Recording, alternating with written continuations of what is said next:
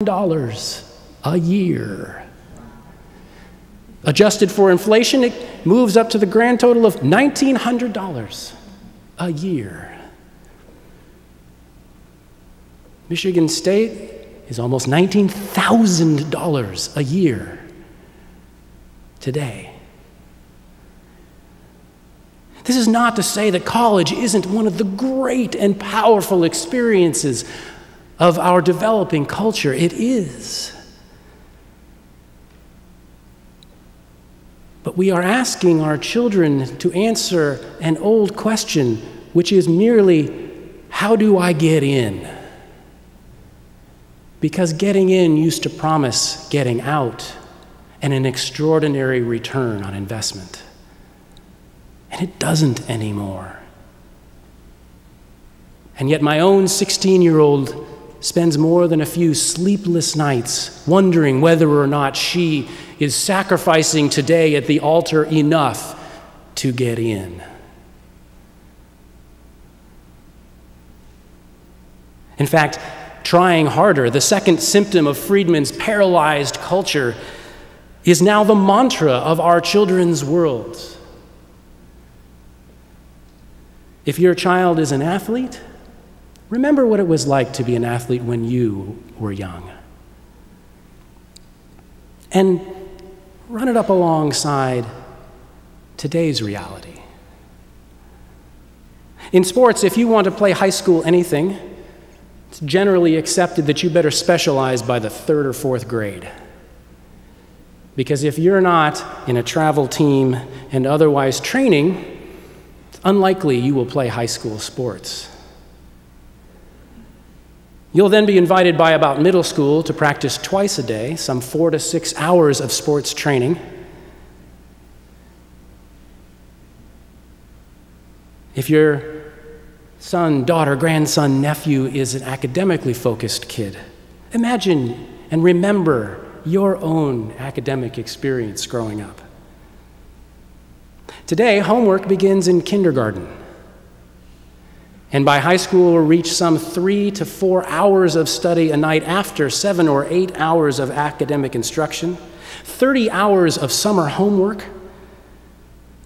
And your schools will invest most of the first 2 months of the academic year not in exploring and learning, but in practicing for the standardized tests which now control their funding.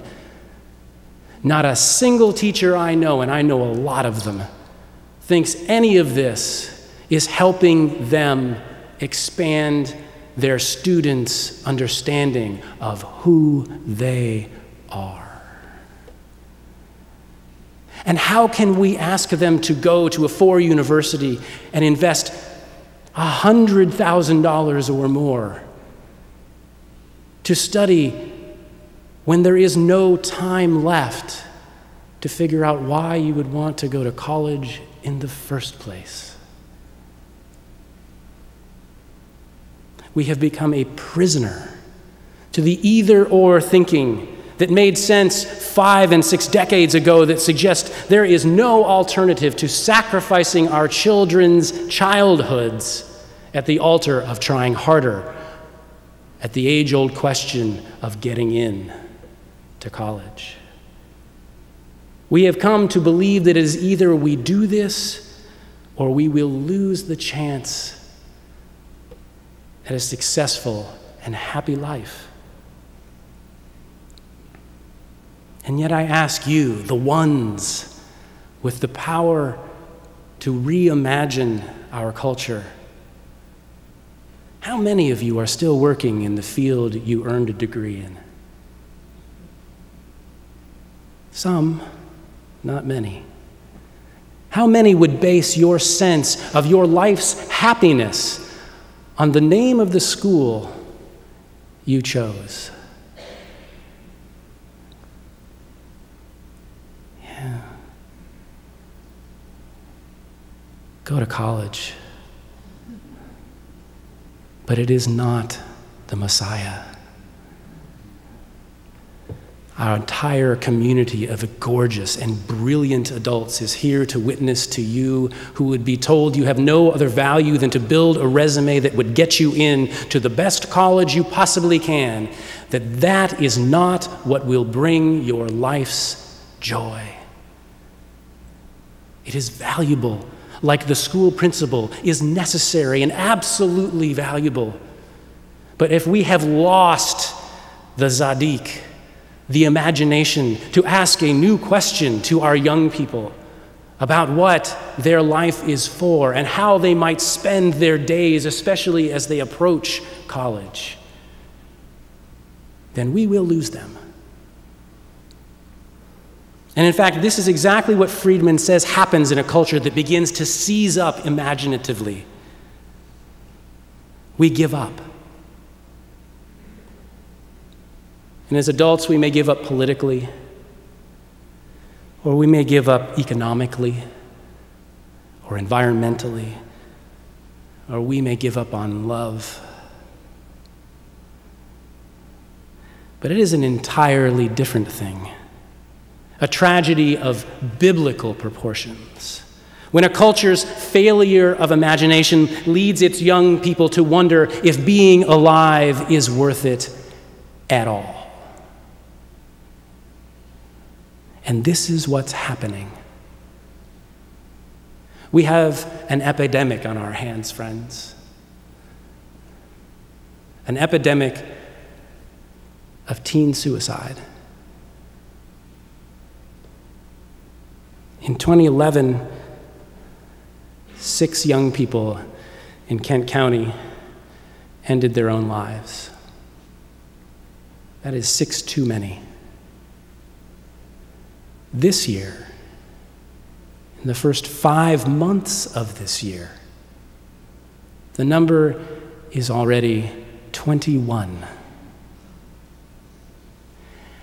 And 2 of them were 7th graders.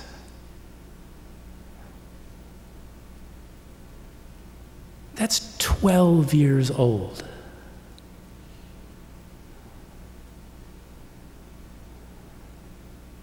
These children did not come from violent or destructive families, desperate homes. They were kids, when you learn about them, were achievers, well-liked in their communities for the vast majority.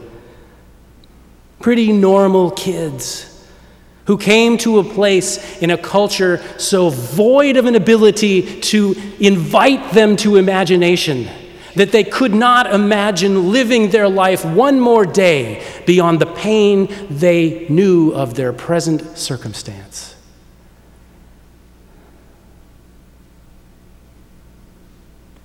And the survivors of teen suicide echo this same reality. They tell us, I couldn't imagine the end of my pain. I couldn't imagine.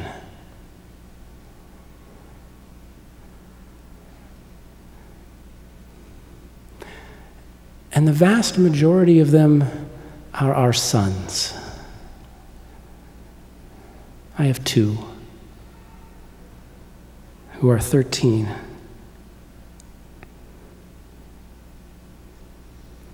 Our sons are 4 times more likely to end their lives than our daughters. And it makes sense. Because right about the time our sons hit 12 or 13 years old, our culture, whose imagination is seizing before us, suggests to our young men that the days of Batman and footy pajamas are over. It's time to be a man and produce. And so, what do you want to do, young man?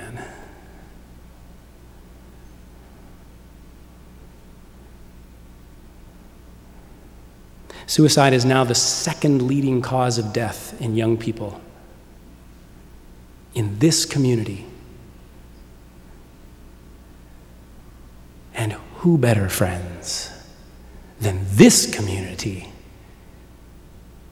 to become the Zadik to the world?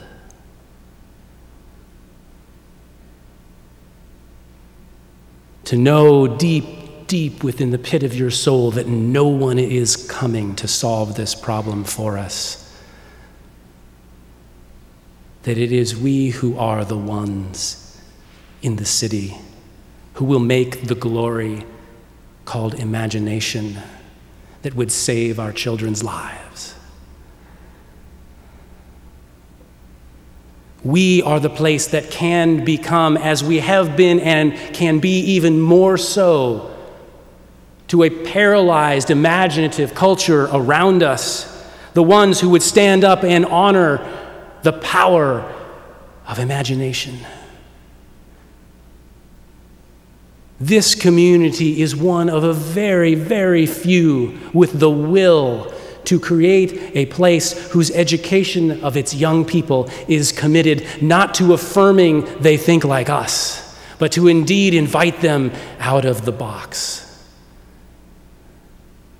To honor and to celebrate, and especially to teach that suffering is not the enemy.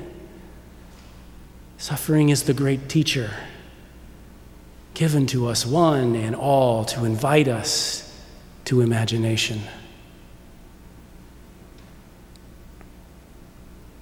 On the Day of Atonement, which will be this Tuesday into Wednesday, our Jewish brothers and sisters gather in community to hear first a powerful message offered through a piece of music known as the Kol Nidre. The Kol Nidre is a powerful invitation to all who would hear it, Jew and Gentile alike. As I invite you this morning to hear it, the Kol Nidre gives permission to the community to lay down its false promises. Not only the promises we have made to our children, but the promises that we might make. And to make only one vow in response, and that is to life and life abundant. This must end.